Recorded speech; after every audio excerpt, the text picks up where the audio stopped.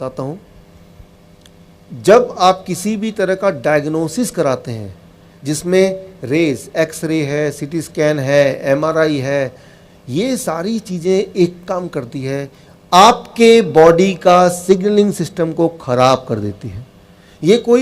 ये हर एक को पता है। कोई भी मेडिकल की फील्ड में कोई भी होगा ना, उससे पूछेंगे तो बोलेगा हाँ ये तो बड़े नॉर्मल बात है। अगर आप 2 बार से ज़्यादा एमआरआई कराएंगे, एक्सरे कराएंगे, सीटी स्कैन कराएंगे, तो वो आपके बॉडी का सिग्नलिंग सिस्टम खराब कर देगा। इसीलिए हमेशा मैं अपने पेशेंट्स को बोलता हूँ, आप डायग्नोसिस के चक्कर में मत पड़िए।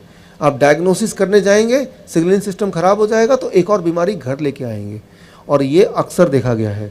इसीलिए वो होता है एनुअल चेकअप कराना है। यूं ही साल में एक बार तो सारा चेकअप होना ही चाहिए। साल में एक बार सारा चेकअप होने से सिर्फ एक ही इंसान को फ़ायदा होता है, वो जो चेकअप कर रहा है। पेशेंट को कोई फ़ायदा नहीं होने वाला, राइट। तो पेशेंट, आप देखिए यहाँ पे रिपोर्ट ये कहती है 22% मोर कैंसर इन द पेशेंट जो मेमोग्राम स्क्रीनिंग कराते हैं। तो किसी भी तरह का कैंसर की स्क्रीनिंग कराने की ज़रूरत नहीं है। अगर कैंसर है भी तो स्क्रीनिंग उसकी स्पीड को और बढ़ा देता है, क्योंकि कोई भी स्क्रीनिंग, कोई भी डायग्नोसिस, कैंसर का डायग्नोसिस, चाहे वो बायोप्सी की बात करें या कोई एमआरआई की बात करें, वो सारी डायग्नोसिस एक चीज़ करती है, आपके सिग्नलिंग सिस्टम को वो स्विच ऑफ करने का काम करती है, ख़राब करने का काम करती है। तो क्यों आप अपने सिग्नलिंग सिस्टम को ख़राब करना चाहते हैं जो पहले से ही बहुत नाजुक हालत में है? ये आपको ध्यान रखना है। जब भी आप किसी डायग्नोसिस करने जाएंगे, अगर कोई बोलता है मैं आपके खून का एक बूंद ले लूँगा फिर डायग्नोस कर दूंगा, वो अलग बात है, उसमें कुछ ज़्यादा खतरा नहीं है। लेकिन एक्सरे करेंगे, एमआरआई करेंगे, सीटी स्कैन करेंगे, बायोप्सी लेंगे, ये सारी चीज़ें सिग्नलिंग सिस्टम को ख़राब कर देती है। मैं एक छोटा सा उदाहरण देता हूँ आपको समझाने के लिए। इमेजिन कीजिए कि किसी एक पेशेंट का कोई एक ट्यूमर है। वो ट्यूमर है, वो साइज़ में इतना सा है। डॉक्टर के पास गया कि देखिए क्या है, बोलेगा ये पता नहीं लग रहा क्या है, हो सकता है कैंसर हो सकता नहीं हो। कैसे पता चलेगा? बोलेगा कि मैं बायोप्सी करूँगा, मतलब इसमें से थोड़े से मांस का टुकड़ा ले लूँगा और टुकड़ा लेके मैं लैब में डालूंगा और 15 दिन बाद आपको बताऊंगा कि ये कैंसरस है कि नहीं। एक इंपॉर्टेंट बात मैं आज इस मंच से आपको बताना चाहूँगा कि अगर वो कैंसरस नहीं भी था, लेकिन जैसे ही उसको छेड़ेंगे, काट छाट करेंगे, उस प्रोसेस में वो कैंसरस बन जाता है। Try to understand, right. Cancerous था नहीं, लेकिन छेड़ेंगे तो वो कैंसर बन जाएगा। ये प्रवृत्ति है, किसी भी ट्यूमर की प्रवृत्ति है। उसको छेड़ेंगे, उसे काटेंगे तो इमीडिएटली वो कैंसर के रूप में चेंज हो जाता है। तो कभी भी उसको छेड़ना नहीं है, उसमें काटने के लिए किसी को अनुमति नहीं देनी है। बायोप्सी करेंगे क्या जान के, राइट। 2 ही चीज़ हो सकती है, तो कैंसरस सेल होगा या कैंसरस नहीं होगा। अगर तो है तो उसका सोल्यूशन क्या है मैं आपको देने ही वाला हूँ, और अगर तो नहीं है तो क्यों आप पंगा ले रहे हैं, क्यों आप उसको छेड़ने की कोशिश कर रहे हैं। डायग्नोसिस की एक बड़ी इंटरेस्टिंग बात है कैंसर के केस में। यहाँ पे कैंसर के बारे में थोड़ी जानकारी लेनी आपके लिए ज़रूरी है। थोड़ा टेक्निकल सब्जेक्ट है, लेकिन समझने की कोशिश कीजिए, आपके काम आएगा। आपके आसपास कैंसर के और भी पेशेंट, उनके काम आएगा। देखिए, अक्सर भारत में या किसी भी देश में ये होता है कि पहले डायग्नोस करा लो तो उस कैंसर के पेशेंट के ज़िंदा रहने के चांसेस ज़्यादा हैं, कैंसर का सक्सेसफुल इलाज होने के चांसेस ज़्यादा हैं।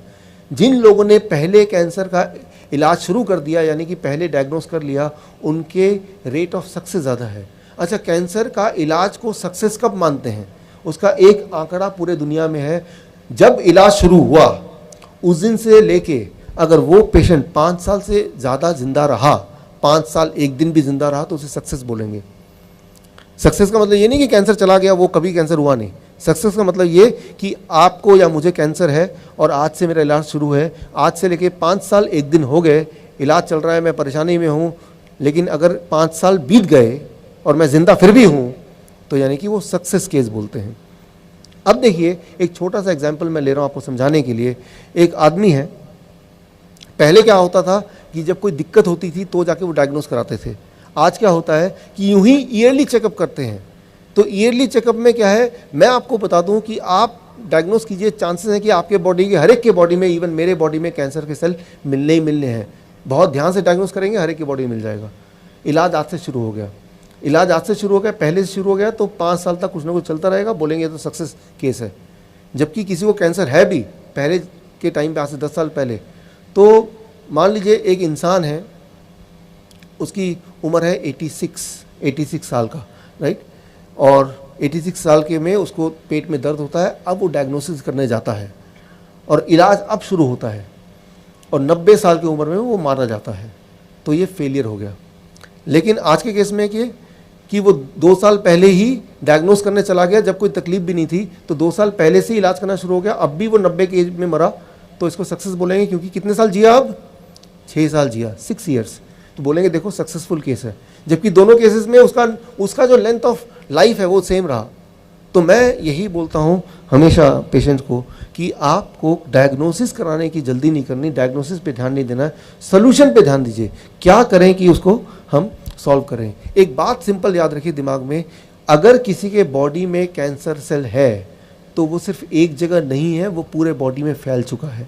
एक जगह ज़्यादा है तो वहाँ ज़्यादा और जल्दी दिखाई दे रहा है। अगर उसको इलाज करने लगेंगे सर्जरी से, रेडियोथेरेपी से, तब तक थोड़े दिन बाद बाकी जगह दिखाई देगा, तीसरी जगह दिखाई देगा, चौथी जगह दिखाई देगा, आप उस उलझन में पड़ जाएंगे। कोई ऐसा काम करना चाहिए कि सब के सब कैंसर सेल एक ही बारी में ख़त्म हो जाए। उसके लिए जो मॉडर्न साइंस है, आज का साइंस, एक टेक्निक उन्होंने निकाली है, वो आपको बताता हूँ, जो घर बैठ के आप सब कर सकते हैं। उसके लिए मैं सहारा लूँगा एक उदाहरण का। तो ये दुनिया का मैप है, यहाँ पे जहाँ जहाँ लाल लाल बिंदु दिख रहा है, यहाँ लोग रहते हैं जहाँ उनको डायबिटीज़ नहीं होता, हार्ट डिजीज़ नहीं होता, कैंसर नहीं होता, कोई बीमारी नहीं होती। और वो कौन लोग हैं, उनके नाम जानना चाहते हैं तो ये नाम है, शायद नाम आप इतने दूर से पढ़ नहीं पा रहे हैं लेकिन ये लोकेशंस देख पा रहे हैं। तो वो भी इंसान है हमारी तरह, उनके भी 2 हाथ हैं, 2 पैर हैं, तो उनको बीमारी क्यों नहीं होती? वो क्या ऐसा करते हैं? तो साइंटिस्ट ये जानना चाहते थे कि ये लोग बीमार क्यों नहीं है, ये तो पूरे दुनिया में फैले हुए हैं, बट वो 100 साल जिंदा रहते हैं आज भी। तो उस पर एक स्टडी हुई, उस स्टडी का एक पार्ट मैंने भी पूरा किया, उस पार्ट को मैं आपको समझाने की कोशिश करता हूँ। ये फोटो जो आप देख रहे हैं, इनको कहते हैं जारावास। अंडमान निकोबार गए आप लोग? अंडमान निकोबार ये भारत का पार्ट है। वहाँ पे अंडमान निकोबार में एक छोटा सा टापू है, उस टापू में कुछ लोग रहते हैं, उन्हें बोलते हैं जारावास।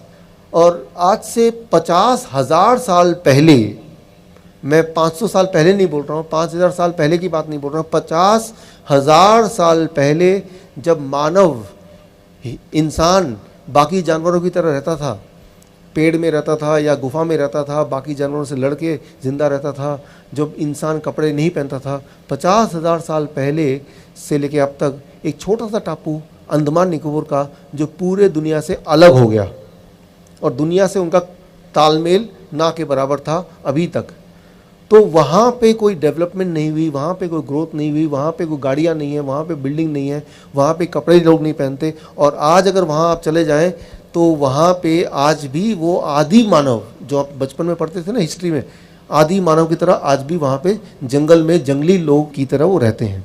यहाँ जाना भी अलाउड नहीं है, यहाँ जाने के लिए पुलिस प्रोटेक्शन लेके जाना पड़ता है, क्योंकि ये आदि मानव टाइप है। और जब भी कोई इंसान हम जैसा आप जैसा देखेंगे कपड़े पहना हुआ, सोचता है कि ये पता नहीं कहाँ से आ गए हमारे दुश्मन, तो वो तीर से निशाना मार के वो किसी को भी मार सकते हैं। इसीलिए सरकार यहाँ जाने की अनुमति नहीं देती है, और अगर जाना है तो बहुत सारे प्रोटेक्शन लेके तब जाना होता है। मुझे यहाँ जाने का मौका मिला, जारावास इनका नाम है, अंडमान निकोबार का छोटा टापू। वहाँ गया तो कुछ अजीब अजीब बातें देखी। उनमें से एक इंटरेस्टिंग बात, वहाँ पे आज से 20 साल पहले एक डॉक्टर, उनका नाम है डॉक्टर R.C. कर, उन्होंने न जाने कैसे इस टापू में चले गए और टापू के इन जंगली लोगों के साथ दोस्ती कर ली, और तब से वो उनसे मिलते जुलते रहते हैं, उनकी भाषा सीख ली और अब भी वहीं रहते हैं। सो गवर्नमेंट ने उस डॉक्टर को फाइनली वहाँ अपॉइंट कर दिया कि आप इनके देखभाल के लिए रहो। मेरी मुलाकात हुई डॉक्टर R.C. कर से। मैंने उनसे पूछा कि ये जारावास के जो लोग हैं, क्या इनको डायबिटीज़ होता है? जवाब था उनका, नहीं, डायबिटीज़ कभी नहीं पाया गया। मैंने पूछा हार्ट की बीमारी होती होगी? जवाब था उनका, हार्ट की बीमारी कभी नहीं देखी गई। मैंने बोला कैंसर हो जाता होगा? का कैंसर भी नहीं होता कभी भी। सिर्फ जब वो बाकी जानवरों से लड़ाई करते हैं और उनको चोट लगती है, तब उनका खून बहता है, तब ये डॉक्टर उनको आराम देने के लिए, थोड़ा सा कंफर्ट देने के लिए कोशिश करते हैं, पट्टी वट्टी लगाने के लिए, दैट्स ऑल। वो तभी इस डॉक्टर को मौका मिलता है उनके ब्लड को टेस्ट करने का, उनका ब्लड प्रेशर चेक करने का, और वो सारा डेटा वो मेंटेन करते थे, अभी भी करते हैं। और उन्होंने बोला कि इन लोगों को कभी blood pressure, heart disease, cancer, ये सारी बीमारियां कभी इनकी हिस्ट्री में नहीं है। और ये एक एक आदमी हमारे मॉडर्न लोगों में 5-5 लोगों के बराबर है, इतने ताकतवर। दिमाग में बात आती है कि ये भी तो इंसान है, और ये इंडियंस हैं, भारतीय लोग हैं, ये इंडिया के सिटीज़न हैं जैसे आप और हम हैं, लेकिन ये बीमार नहीं पड़ते। इनको कैंसर नहीं होता, हार्ट की बीमारी नहीं होती। तो ऐसा क्यों, ऐसा ये क्या करते हैं? ये रही एक बात। एक देश है उसका नाम है कुवैत। कुवैत कुवैत दुनिया का सबसे अमीर देश है, सबसे अमीर देश है। वहाँ पे कोई पैसे के लिए काम नहीं करता है। वहाँ का राजा हर साल करीब 25 लाख रुपए, इंडियन करेंसी की बात करूँ तो, उनके बैंक खाते में डाल देते हैं। तो वहाँ पे काम नहीं करता कोई पैसे के लिए, वो वहाँ पे भिखारी वगैरह नहीं है। दुनिया का सबसे अमीर देश कुवैत। वहाँ 3 साल मुझे काम करने का मौका मिला।